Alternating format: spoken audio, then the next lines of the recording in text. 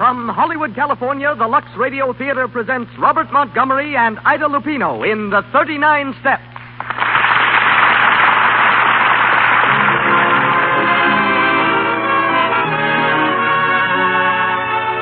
Lux presents Hollywood. For your loyalty to our product, Lux says thank you, ladies and gentlemen, and brings you another hour of entertainment direct from the film capital. Tonight, we star Robert Montgomery, Ida Lupino, Isabel Jewell, and Gene Lockhart, with Major C.E. Russell, formerly of the United States Intelligence Service, as the evening's special guest. Louis Silvers conducts the orchestra. And here beside me, our producer and your host. Ladies and gentlemen, Mr. Cecil B. DeMille.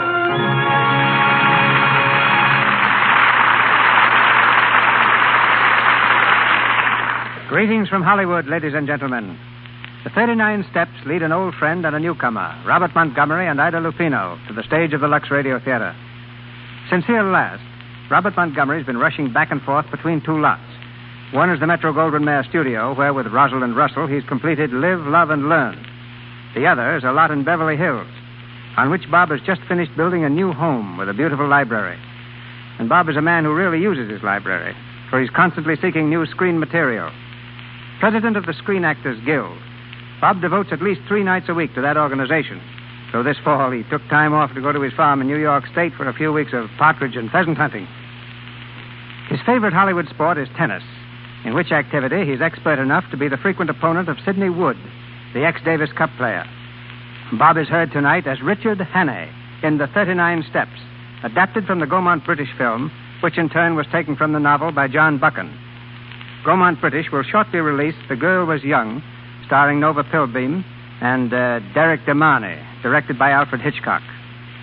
Ida Lupino is a girl I watch very closely and suggest that you do the same, for every Lupino seems destined for greatness in the theater.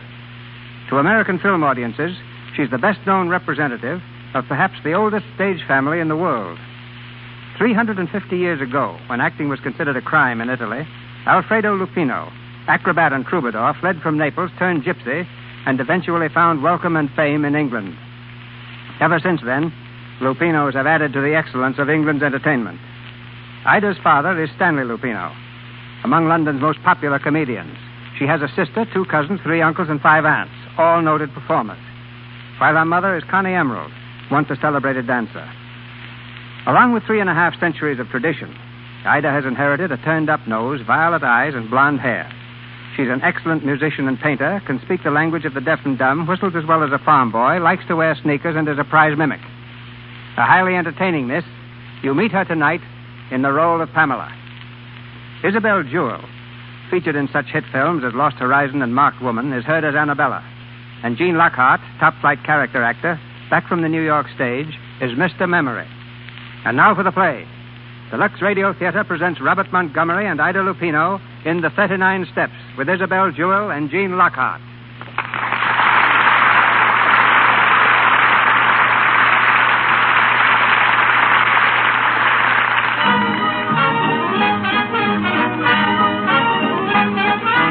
A London music hall. The evening performance is on, and the theater is jammed to the doors. The audience is sat comfortably through the acrobats, the singers, and the whirlwind dancers. But now they're restless. The manager appears on the stage to announce the feature act. His hand is raised for silence. Ladies and gentlemen! Ladies and gentlemen!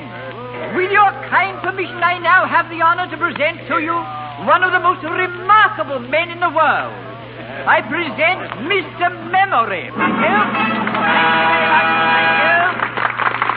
Every day this remarkable mentality commits 50 new facts to memory. 50, ladies and gentlemen. Facts from history, geography, newspapers, scientific books. Millions and millions of them. And he remembers them all. Test him, ladies and gentlemen, test him. Ask him any questions you like, and he will answer fully and freely. Mr. Memory. Thank you. Thank you. Now then, ladies and gentlemen, a question, please. A question from anyone in the audience? Who won the Derby in 1921? Mr. Jack Joel's Humanist. Steve Donahue up, won by a length, odd 6-1. Am I right, sir? That's right. Thank you very much. Thank you. Question, please. Do not hesitate. Another question, please. Who was the last British heavyweight champion? Bob Fitzsimmons. He defeated Jim Corbett, heavyweight champion of America, at Carson City, Nevada, in October 1897. He was then 34 years of age. Am I right, sir? Thank you. Mr. Memory, who won the football cup in 1926? Would you mind repeating that question again, young man? Who won the football cup in 1926? Bolton Wanderers defeated Manchester City at Wembley by 3-1 in the presence of His Majesty the King. Am I right, sir? Right. Thank you. Another question, please. Hey, where's my old man been since last Tuesday? Madam, he's been where you can't ask him silly questions. Will the lady in the gallery please confine her questions to those of a more serious nature? Thank you very much. What's the idea? Who killed Cock Robin? Gentlemen, no fighting. No fighting, please, gentlemen. Keep the seat. Everybody keep the seat. Don't down the aisle. Orchestra, play something. Quick, play something.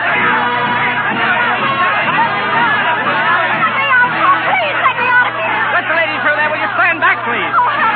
Hold on to my arm, miss. I'll get you out of this. Get back there. Clear the aisle there, will you? This way, miss. This way. Come on.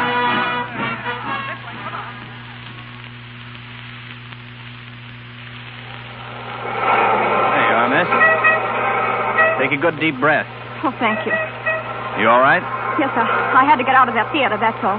A lot of people had that idea. Oh, it wasn't the panic that frightened me. It was something else. I'm afraid I don't understand. I'm in terrible trouble. Will you help me? Trouble? What kind of trouble? I can't tell you here. Can we go someplace and talk?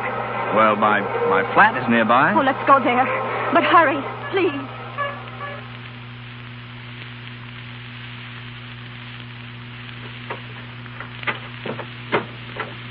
Go in, miss. Thank you. Now, if I can find this light switch. Oh, no. Don't turn on the lights. What? Don't turn them on. It will be safer. I'm afraid I don't... Will you pull down the blinds, please? Very well. This just puts me doubly in the dark. My name's Richard Hannay. Any objections to telling me yours? No, it's Annabella Smith. Smith? Not really. Is there anything wrong with it? No, just an unusual name. What's this all about? You said you were in trouble. You don't believe me, do you? I believe you're slightly hysterical. If I am, I have good reason. I was the one who fired those shots in that theater tonight. You? Why? I had to do something to create a disturbance. I had to get away from there. There were 2 men in that theater who wanted to kill me. Oh, come on. Oh, you've got to believe me. But why should anyone want to kill you? Because I'm what you would call a professional spy. A spy? Whom do you spy for? Anyone who pays me. I suppose you're here to dig up some big state secret. No. I'm here to save a secret. For England. Oh. Go on, please. The agent of a certain foreign power is on the point of obtaining a secret vital to your air defense. I tracked 2 of his men to that music hall. Unfortunately, they recognized me. That's why they're after me now. You still don't believe me, do you? No, frankly, I don't, Annabella. Very well. If you will look out of that window, you will see 2 men standing across the street. Look, please do. All right. I'll play your game a bit further. Oh, don't let them see you. Well? By Jove, you're right. 2 of them. They seem to be looking up here. Come away, please. Do you believe me now? Well, I suppose I must. I'm going to tell you something that's not very healthy to know.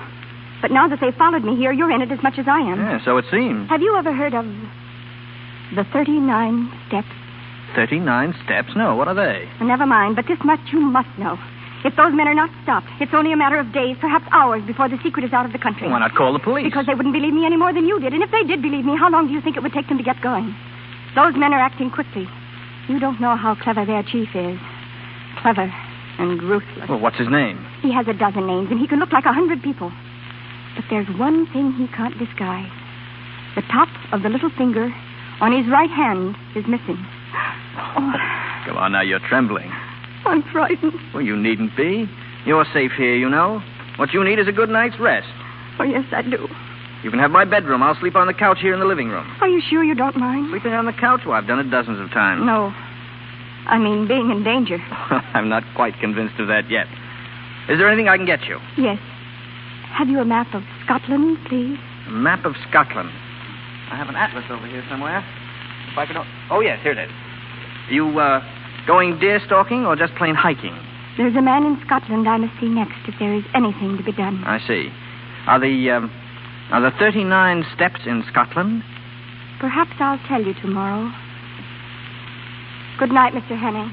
Thank you. Good night, Annabella. Pleasant dreams.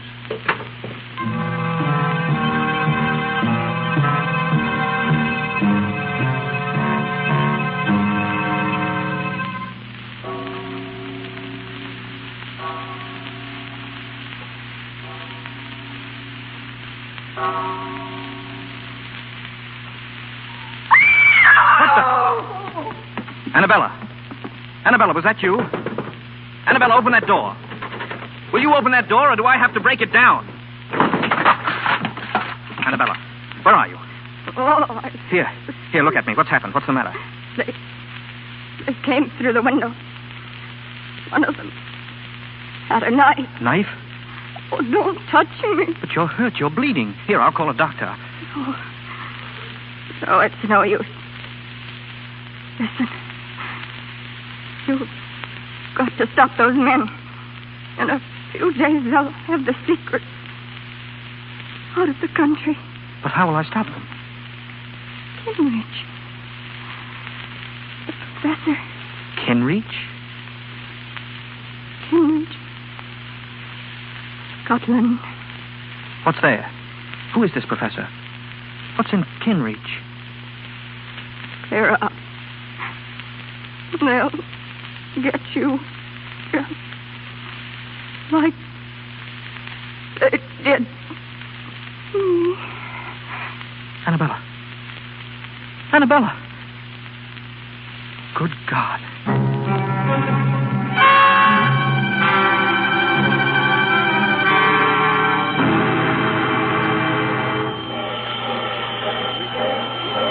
Aberdeen Express, Edinburgh, Kirkcaldy, Dundee, Aberdeen Express.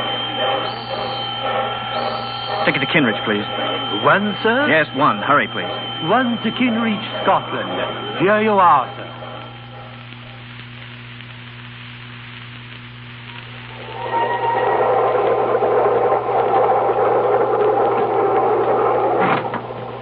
Excuse me, is this seat taken? Not by us, it ain't. Sit down, young fella. Thank you. I said, Jess, who won the 2 o'clock at Epsom? Here it is. Bachelor Button, odd 7 to 4. Ah, Bachelor Button, eh? Hello, look at this. Another woman murdered in a West End flat. Murdered, eh? Who was she? A well-dressed woman of about 25 was found with a knife in her back. The tenant, Richard Hannay, is missing. Why, if that ain't the blasted limit. Missing, eh? The police are hot on the trail and watching with careful eye all points of departure from London. Oh, so that was what they was a-doing, eh? Who? Scotland Yard. 2 plainclothes bobbies. I seen them get on this train. Asking plenty of questions they was, too. Look here. Here's a picture of that Hannay chap. Let's have a squint at it. Rum-looking lot, ain't he? Excuse me. Here, young fella, where are you going? Don't you like that seat? Oh, thank you. I just remembered. In a bit of a hurry, wasn't he? He was that. I say. What? I say.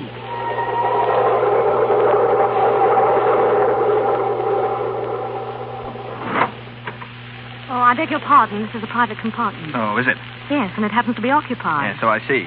Very charmingly, too. Well, what do you want, please? Your hospitality for a short while. Really? Well, I'm not interested. Now, will you please go? I can't. What? It isn't safe. Listen, are you going or shall I call the conductor? No, don't do that. Stop, you're hitting my wrist. I'm sorry. Listen to me. I want your help. My help? I'm Richard Hannay. Hannay? Why, you're the man the police... Yes, but I'm innocent. I swear I'm innocent. Listen, you've got to help me.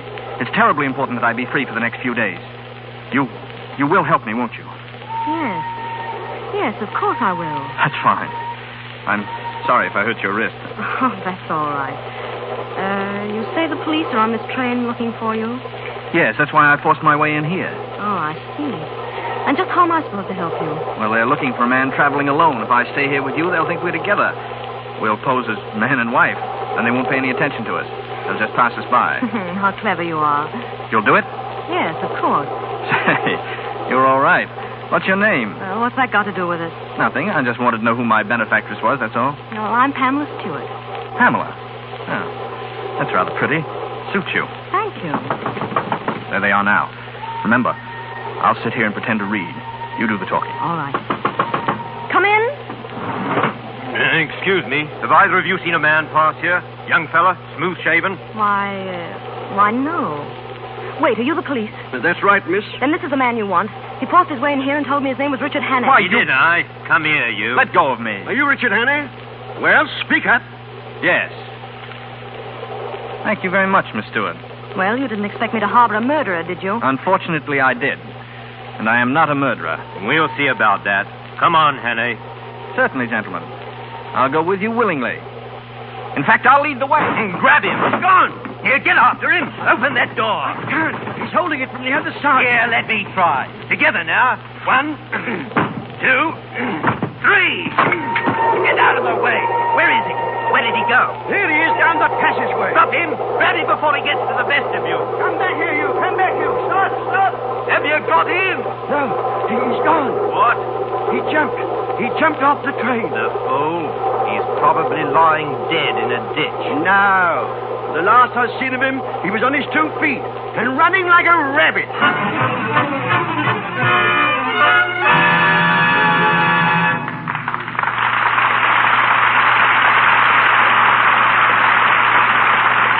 During our first intermission, and while waiting for Act 2 of the 39 Steps, starring Robert Montgomery and Ida Lupino, we'd like you to go with us to one of the millions of homes where Christmas secrets are in the air and listen in on a very interesting conversation. Aunt Sally, come here. I want to see you alone. More secrets, Betty? Well, the house is full of them. Now the door's closed, we can talk.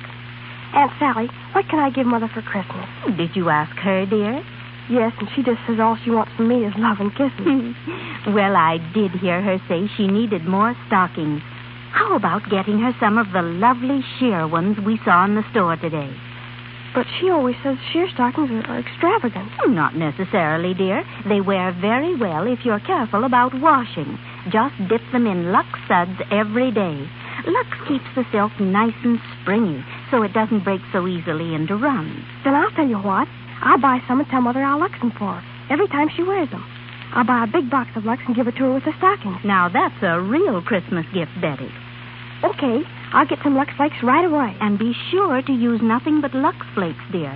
You know, rubbing stockings with a cake of soap is bad for them. And some soaps are strong, too harsh for delicate silk things. Oh, thank you, Aunt Sally. You're an angel to help me. Mother's the most perplexing person on my list. Stockings for Christmas and Lux Flakes for stockings. A perfect combination. We return now to Mr. DeMille and our play. Robert Montgomery, Ida Lupino, Isabel Jewell, and Jean Lockhart continue with the 39 Steps.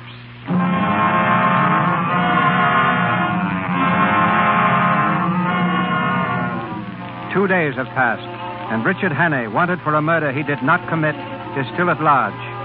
Determined to discover the secret of the 39 Steps, he's made his way to Scotland. The driver of a donkey cart has given him a lift, and he's now on the last leg of the journey, the outskirts of the village of Kinreach. Are you going to stay long in Kinreach, laddie? Well, it all depends. I'm looking for work. You suppose I could find something? I hae me doubts, laddie. Kinreach is a mighty small town. What do you do? I'm a chauffeur. Well, I'm thinking you'd better try somewhere else, then. What folks as need chauffeurs in Kinreach has had them for years. Oh, I see. But, aren't there any newcomers? I mean, somebody told me about... Now, wait a minute. Come to think of it, I did hear something. About a retired professor moving into the big house on the edge of the moor. A professor? Yes. Yes, that's it. I can try it anyhow.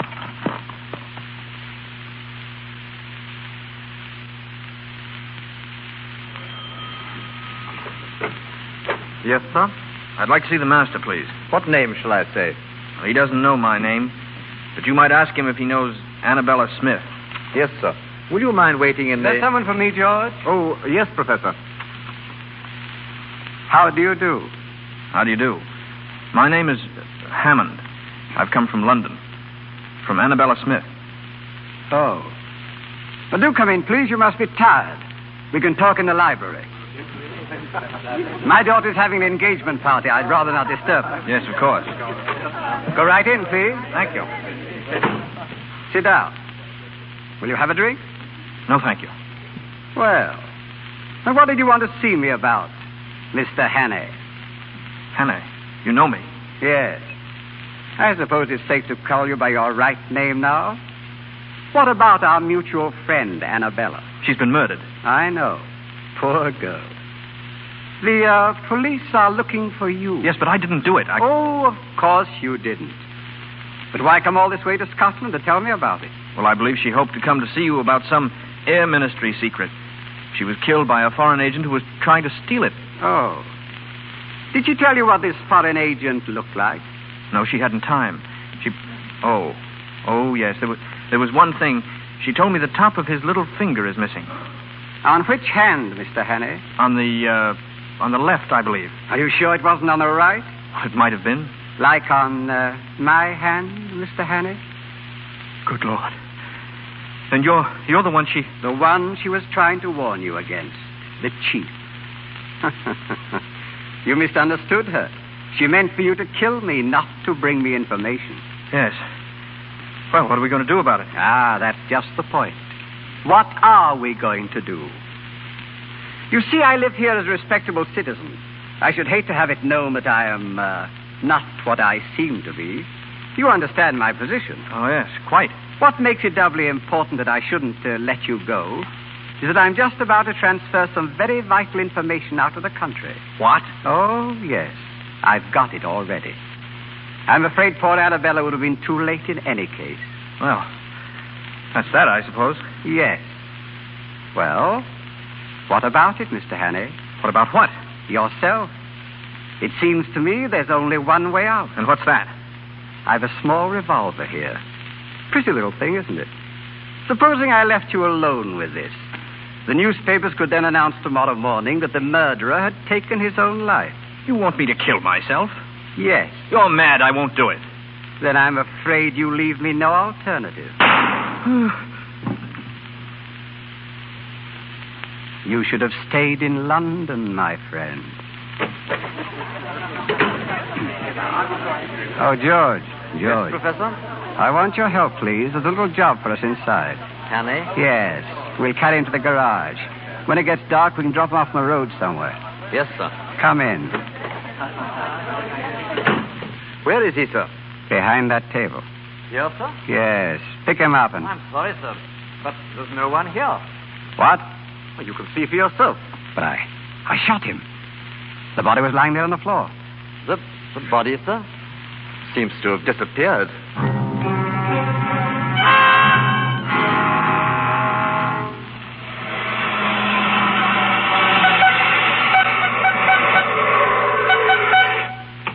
Get out of the road, please. What do you mean by standing in front of my car? You might have been killed. Sorry, lady. I just wanted a lift. Would you mind... Well, Miss Stewart, how do you do? You? Well, what are you doing Richard here? Hannay is my name. I believe we've met. On a train, wasn't it? Yes. Yes, I think so. Yes. If I remember correctly, you handed me over to the police.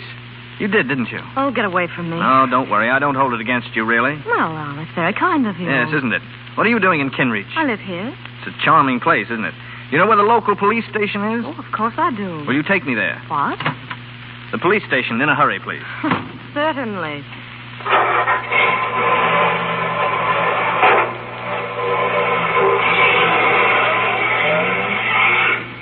Well, I suppose you know what you're doing. Oh, yes.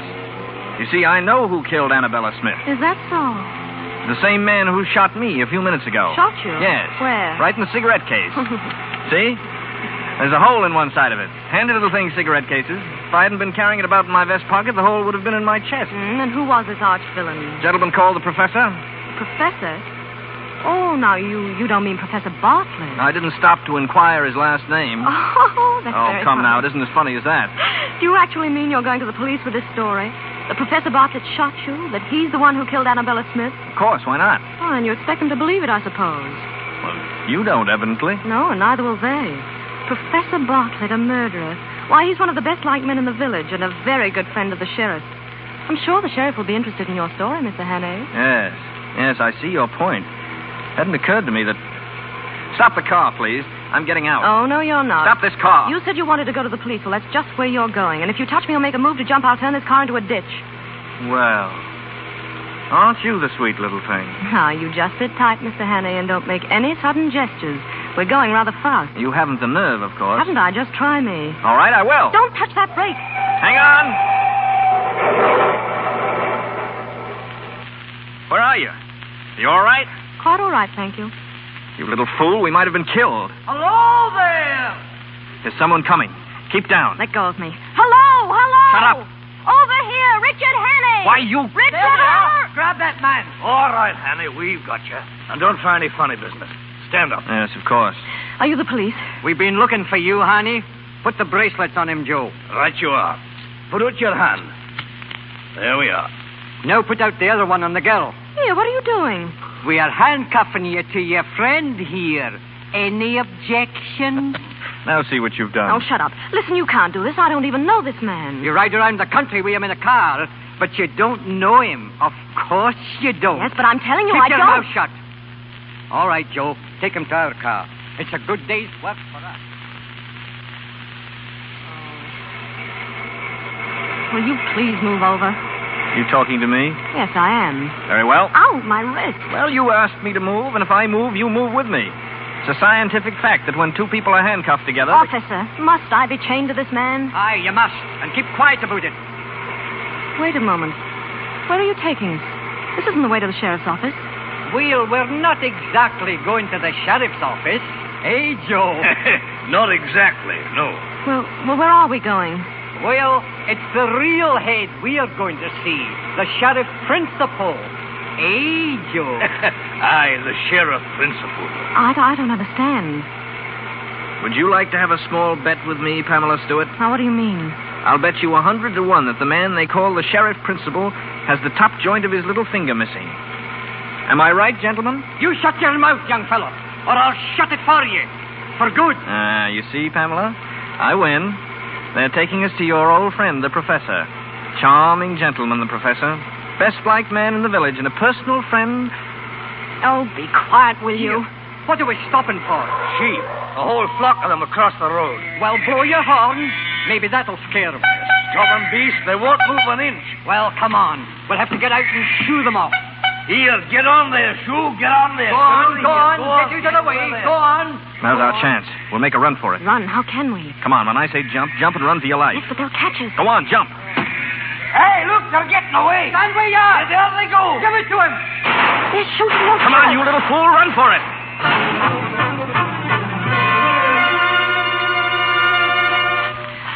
Please, don't go so fast. You're hurting my wrist. Shut up.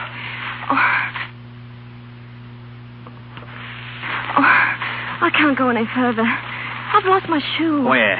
Oh, back there. Well, forget it. All right. Sit down. Sit down for a while. You think we've lost those men? Now, it's as black as pitch on this moor. They'll never find us now. You know this is all very silly. You can't escape. What chance have you got handcuffed to me? Keep that question for your husband when you get one. Meanwhile, I'll admit that you're the white man's burden. Oh, yes, I know, and I can't tell you how it comforts me.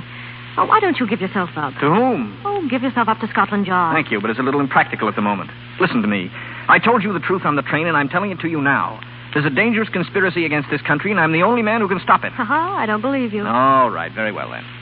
I'm just a plain, common murderer who stabbed an innocent, defenseless woman in the back in Portland Place, London. I don't know how innocent you may be, but you're a woman, you're defenseless, and you're alone on a desolate moor in the dark. And you're manacled to a murderer who would stop at nothing to get you off his hands. If that's the story you prefer, have it, my lovely, and welcome. Well, I'm not afraid of you. Why not? For all you know, I murdered a woman. You listen to a bit of advice. From now on, you do everything I tell you to do, and do it quickly. Oh, you wretched boy. I admire your pluck, but you keep a civil tongue in your head. Otherwise, I might feel the next killing was a bit overdue. All right, on your feet now. Well, where are we going? I see some lights over that way. We'll do a little investigating. Well, I won't go. I'm going to stay right here. Pamela, are you forgetting I murdered a woman? Well... Don't you strike me. I'll go.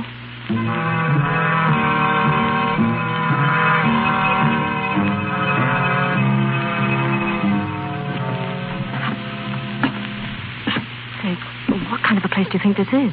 I don't know. Looks like an inn. Now remember what I said. A civil tongue or else. And you back me up in everything I say or do. You understand? Yes. Stay close to me and hold my hand. It'll hide the handcuffs. Good evening. Good evening. Welcome to King's Head Tavern. And what can I do for you and the lady? We had an accident with our car a few miles back. Hey, that's too bad now. You want to stay the night, I suppose? Yes, we do. And will it be 2 separate rooms or one? Oh, 2 separate One rooms. room, please. One. Well, which? One, thank you. Oh, one. And what's the name? Hawkinson. Hawkinson, yes. Henry Hawkinson and Mrs. Hawkinson. Well, come along, Mr. Hawkinson. The rooms are at the top of the landing. Thank you. Nice place you have here. It'll do. Here's the room. Oh, thank you. Well, good night to you. Oh, wait. Now, wait, please. You mustn't go. What's the matter, lass? Is there anything wrong? Yes, Of course well, there's nothing wrong. She wants to tell you something, that's all. Yes, I wanted Yes, to... You see, we're a runaway couple. Ah, you know. Yes. As a matter of fact, we've been running all night. If anyone inquires for us, you won't give us up, will you? That I won't. I was young myself once. Good night. Good night. Good night. Good night. Inside, Pamela. Of all the outrageous things. Listen, you don't think I'm going to spend the night in this room with you? Personally, I don't see how you can help yourself. Stop jerking my arm. I'm so sorry. I want to take my shoes off. My feet are tired. You better stand here by the fire and get warm. You'll be catching cold. And if I did... Stand by the fire. Don't yell at me like that. I didn't ask to come with you. And I didn't invite you. But here we are. Well, aren't you afraid the men will find us? I'm not thinking of that so much as some way to get out of these handcuffs. Oh, I have a nail file in my pocket. Maybe that'll help. That would be dandy. If you file 24 hours a day, 10 years from now, we might be free. Imagine, tied to you for 10 years. It's a horrible thought. I've had enough of your insults. I'm going to tell the innkeeper the whole story. You want me to hang for a murder I didn't commit? As long as you hang, I don't care whether you committed it or not. What a bloodthirsty creature you are. Haven't you any pity? No. Ow! What are you up to now? I'm merely trying to file the handcuffs. Well, don't jab me in the wrist that way. I don't like it. I'm sorry. You're going about it in a very amateurish fashion anyway. I can see you know nothing about filing handcuffs. I'm sure you do. Tell me, how did you start being a criminal? So you want the story of my life. It's really very interesting. Oh, I'm sure it is. I was born a poor orphan boy. From the beginning, I hadn't a chance. Ouch! I'm sorry it slipped. Accidentally? Accidentally. Go on, please. I started by pilfering pennies out of other children's lockers at school. And a little pocket picking and car pinching. And at last, my efforts were rewarded, and I graduated into straight burglary. With diploma? With diploma. Oh. I killed my first man when I was 19. It scared me at first, but I soon got hardened to it. Lady, you wouldn't believe me if I told you.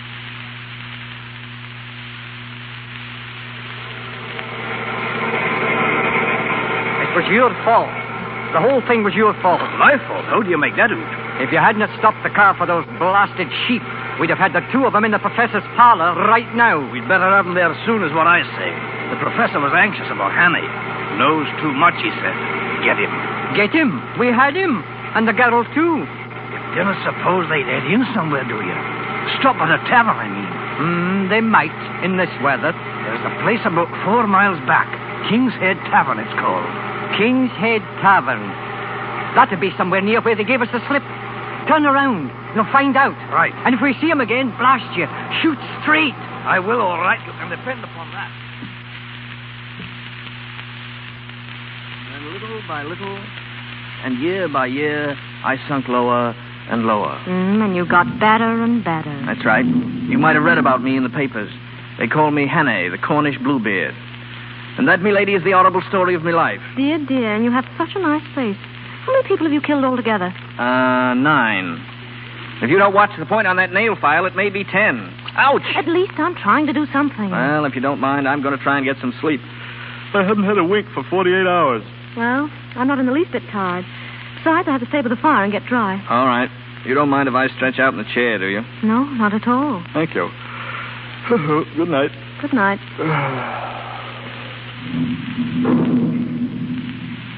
I don't see how you can sleep at a time like this. I said I don't see how you can sleep at a time like this. I'm hardened to it. That's all. Hardened criminal to sleep any time. Listen, did you hear that? There's a car out there. It just drove up. A car. It's your imagination. It's not my imagination. I heard a car. Oh, all right, if you don't care. Don't care. Just don't care. Oh! Don't do that. What's the matter with you anyway? Oh, I'm so sorry. You mustn't get frightened, Pamela. I have awful nightmares. I guess it's my conscience bothering me. Good night.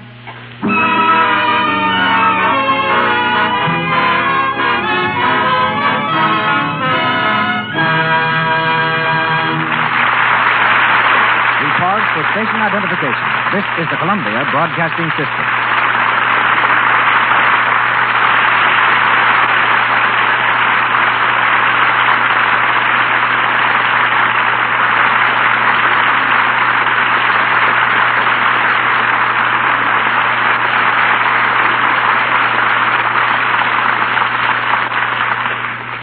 We pause now between the scenes of the 39 Steps.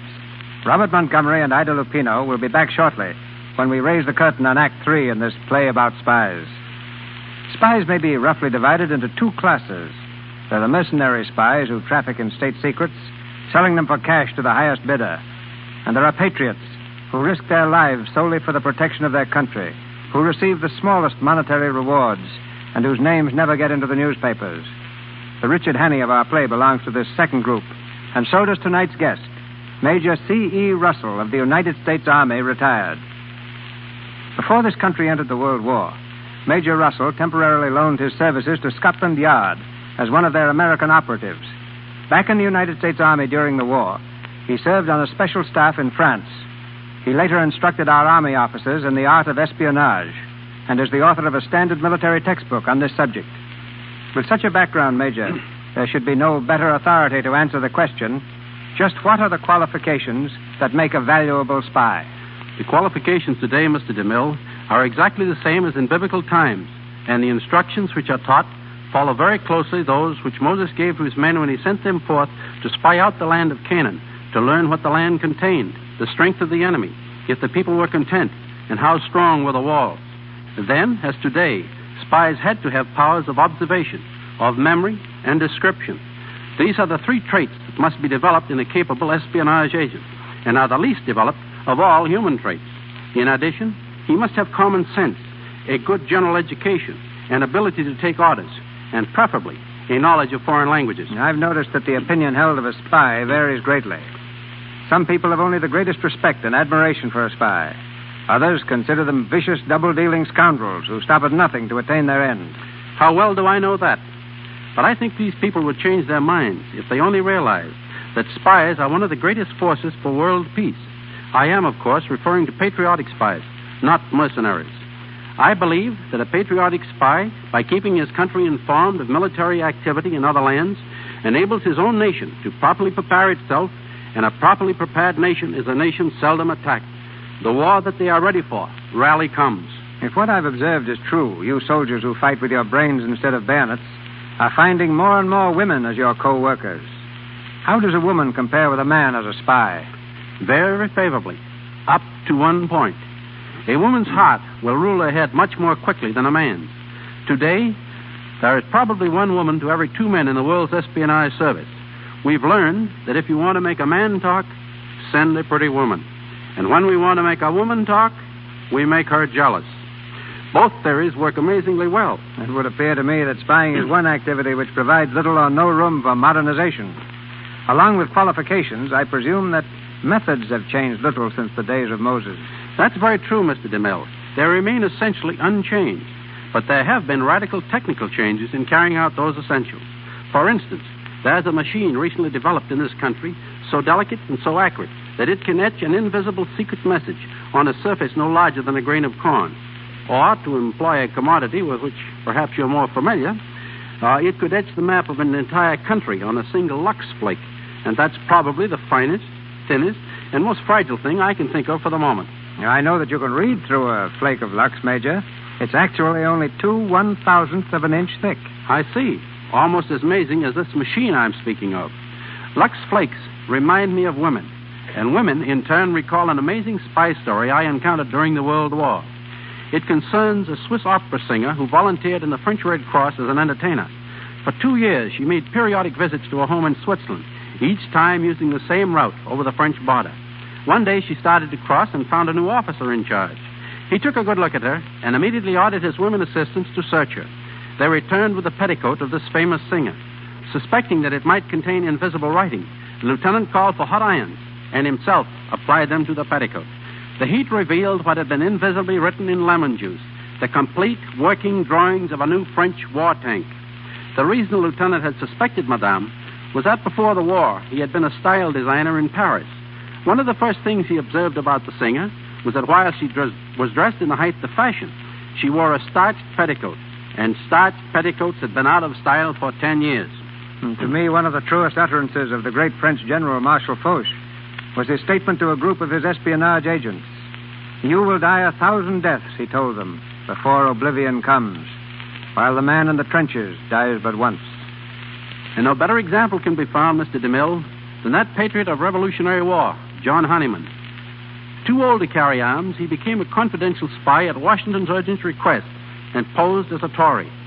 Despised by his wife and family, ostracized by his friends, he became a cattle buyer for the British Army. American soldiers were ordered to shoot him on sight, but John Honeyman kept his promise never to disclose his real identity. Once he allowed himself to be captured, knowing he might be shot, but there was a chance of being brought before Washington first. This fortunately happened, and Honeyman was able to disclose to Washington how some of his own men were on the verge of assassinating him by placing poison in the general's food. And it was John Honeyman who, on Christmas Eve, crossed the Delaware alone, entered Trenton, discovered the condition of the Hessian troops, and reported back to Washington on the other side. On Honeyman's unsupported testimony, Washington made his celebrated crossing, won his celebrated victory that turned the tide. Honeyman returned to his New Jersey home after the war, still an outcast, still an object of hate and scorn. His magnificent services were never announced until Washington himself made a special trip to Hackensack and publicly proclaimed him one of the greatest heroes of the American Revolution. His example will always remain a shining light to Americans who seek to serve in the silent, secret, and sometimes inglorious ways of espionage. I thank you. Thank you, Major. That's very interesting.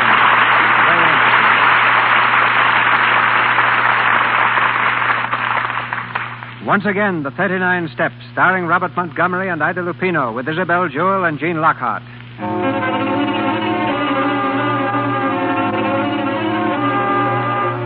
It's early the following morning. Richard Hannay stirs restlessly in the armchair and rubs his eyes sleepily. Suddenly, he jumps from the chair and stands in the middle of the room, staring down at the handcuffs which are dangling from his wrist. Pamela Stewart, on the other side of the room, smiles cheerily. Good morning, Mr. Hawkinson. Looking rather dazed this morning. How did you get free? Oh, very simple. A little matter of work while you had your nightmares. I suppose you filed the handcuffs. No, darling, I picked the lock. I was trying to do the same for you, but the file broke. Say, what's wrong with you? Oh, nothing that I know of. Oh, you mean my shoes? Yes, they're rather large, aren't they? I borrowed them from the innkeeper's wife. Oh, no. It's not the shoes. Why are you being so nice? You don't feel ill or anything, do you? No, why should I? Why didn't you leave? You were very anxious, too, if I remember correctly. Well, something happened last night that convinced me you've been telling the truth.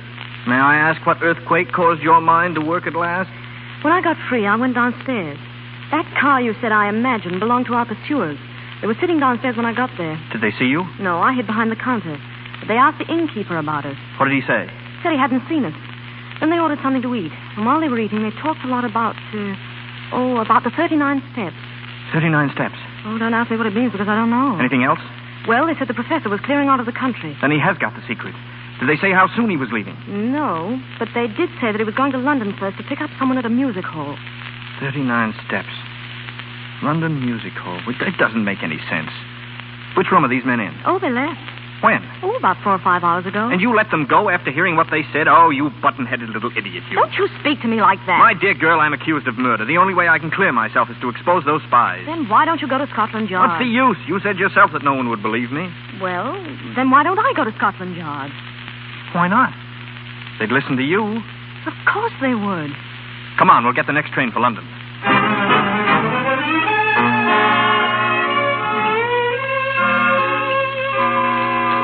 You wish to order now, sir? No, thank you. I'm waiting for someone. I beg your pardon, sir. Your face looks familiar. Are you in the cinema? No, I'm not. Bring me a bottle of ale, will you? Very good, sir. Oh, make that two, please. Yes, miss. Pamela, sit down. Did you think I was never coming? Not exactly, but I was getting nervous waiting. Well, what happened? Did you go to Scotland Yard? Yes. Well? Prepare yourself for a shock. Why? They've checked every possible channel. The Air Ministry are positive that no papers are missing that would be of any possible use to spies. But that's incredible. Are you sure? Well, that's exactly what they said. I don't know what to make of it. I think you've been tricked. Well, it certainly is all very bewildering. Oh, I'm sorry, Richard. Really, I am. Look, I think you better go now. Go where? Oh, any place. Leave the country. I'll help you. You? Oh, I know it sounds funny, but somehow I couldn't bear the thought of them catching you again. Why, Pamela? Oh, I don't know. I guess I've just changed my mind about you, that's all. Of course, you're as vain as a peacock, and I couldn't stand you for any length of time, but you're not so bad. Well, you're not so bad either. If I weren't in this jam, I'd... What? Nothing. Come on, let's get out of here. No, you better stay. I'll run and get you a ticket for Liverpool. There ought to be a boat train Pamela. soon. Well, what's the matter? What are you staring at? Look out the window. Do you see that billboard across the street? Yes. Is there anything strange about it? A list of acts playing this week at the Palladium. The feature attraction is Mr. Memory. But I don't understand. Come on, we're going to get out of here. Well, where are we going to the now? Palladium. But why? I don't know, but we're going just the same.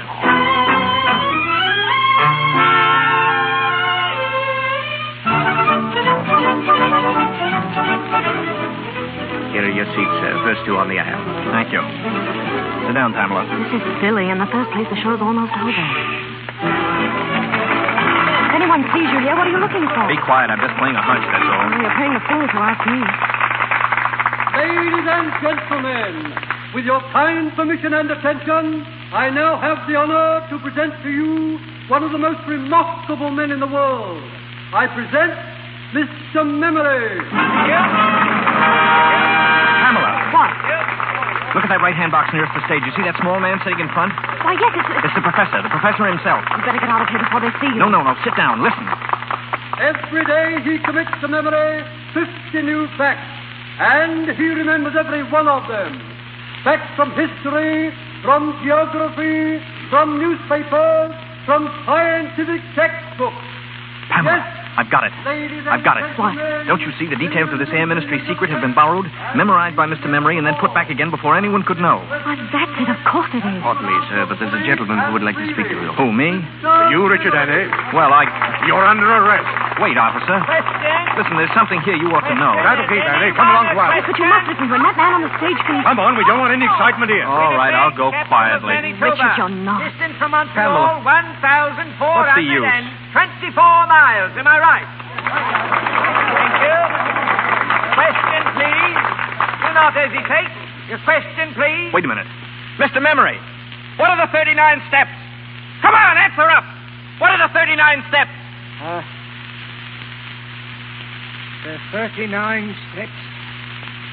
The 39 steps is a secret organization headed by Professor... Mosby! That's your man up there in the box. He's the one who shot him. Stop that man! Stop that man! Stop him! Stop him!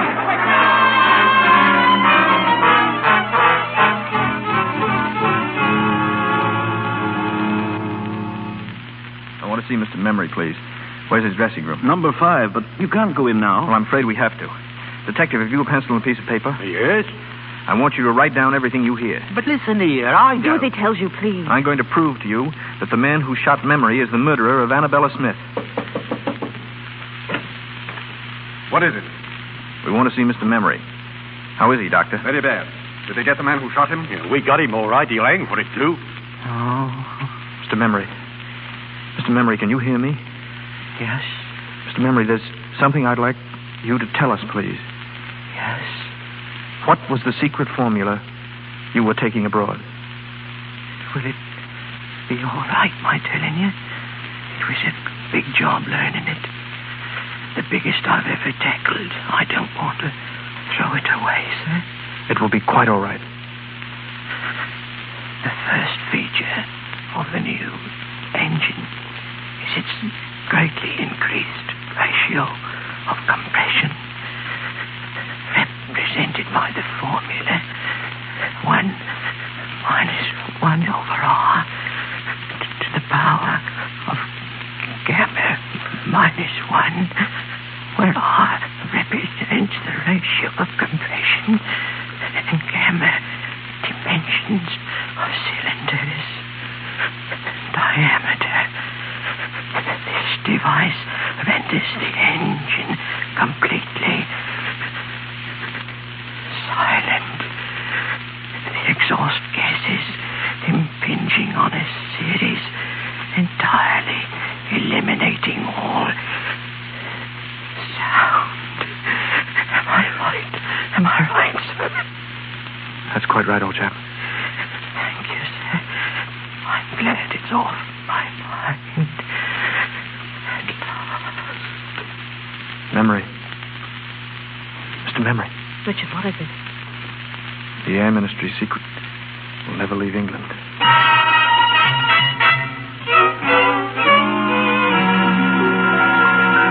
This way, please. We can pick up the police car on the corner. The police car? Where are you taking us? To Scotland Yard, of course. Scotland Yard? But you can't do that. You heard what that man said. He didn't kill anybody. Easy now, easy. He'll be all right. All we want is to put the story on the record. Oh, that's better. You've nothing to worry about at all. You'll be a free man in her now, Mrs. Hannay. Hannay? Well, what are you talking about? Well, Mrs. I'm Hannay? sorry. That would be just fine, that would. We were together for one day, and we fought for 24 hours. 20? You were asleep 4 hours. Can you imagine what it would be like? Fight for breakfast, fight for lunch, fight for dinner. One long, drawn-out battle for the next 30 or 40 years. Oh, 30 or 40 years. Do you think we could keep it up that long? I mean, really. Well, we could try.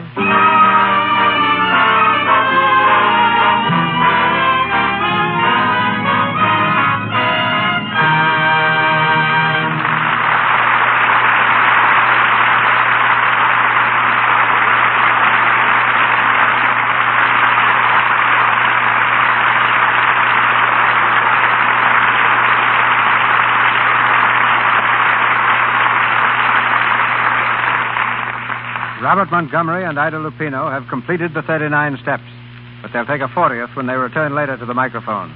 First, a word from Melville Ruick. Thank you, Mr. DeMille. Just a moment for a suggestion to the women who begin, when winter comes, to be bothered by rough, chapped hands. Perhaps they don't realize that the trouble may start in the simple daily task of washing the dishes. Here's the reason. There are oils in your skin which give it a protective coating against cold weather outdoors and steam heat indoors. If you use a strong soap in the dishpan, these oils are dried up.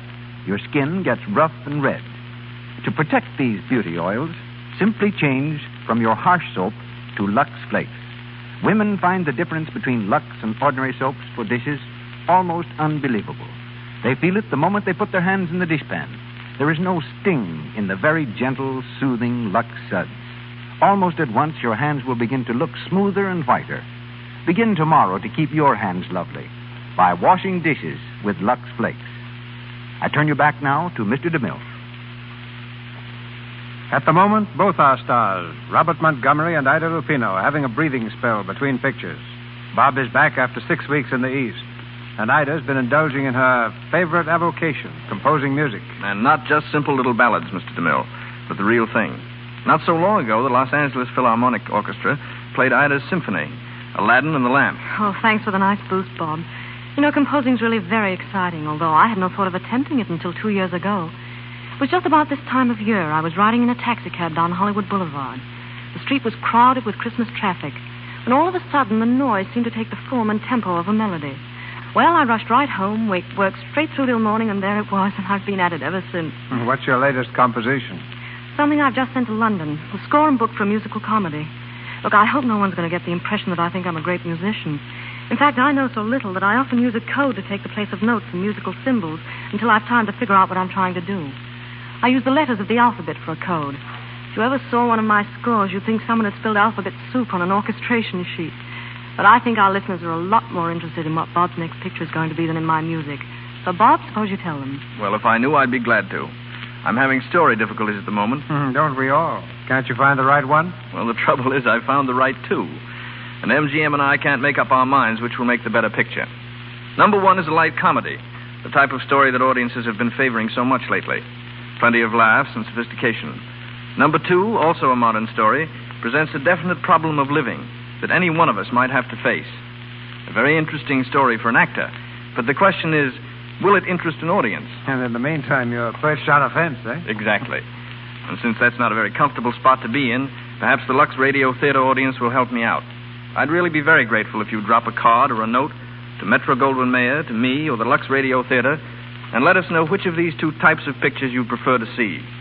A light comedy or a story with a social problem. In the meantime, my thanks and good night. Good night, Mr. DeMille. Good night, Ida. Good night, Bob.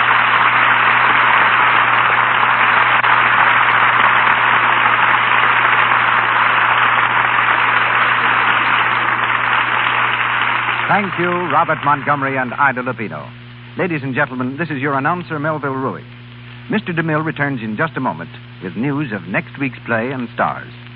In our cast tonight were Leonard Mudie as Professor Bartlett, Reginald Sheffield, Herbert Evans, and Keith Kenneth as detectives, Lionel Belmore as innkeeper, Vernon Steele as cart driver, Edgar Norton as manager of the music hall, Eric Wilton and Raymond Lawrence as Cockney travelers, Ward Lane as butler, Eric Snowden and Norman Ainsley as Scotchmen, Sybil Harris as a rowdy, and Phyllis Coughlin as a woman. Louis Silvers appeared through courtesy of 20th Century Fox Studios, where he was in charge of music for the new picture Love and Hisses. And now, our producer. One of the most glamorous beauties of the screen that the screen has ever known appears in the Lux Radio Theater next Monday night. Marlene Dietrich. Our play is taken from the highly successful motion picture in which Miss Dietrich starred, The Song of Songs, the love story of a Viennese girl and the three men who tried to win her. Miss Dietrich will be surrounded by an all-star cast headed by Douglas Fairbanks, Jr., with Lionel Atwell.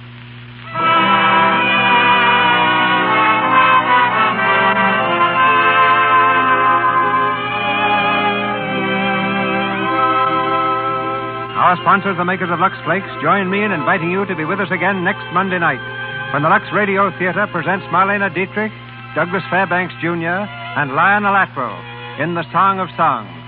The special guest of the evening will be the creator of Mickey Mouse and the Silly Symphonies, Mr. Walt Disney. This is Cecil B. DeMille saying good night to you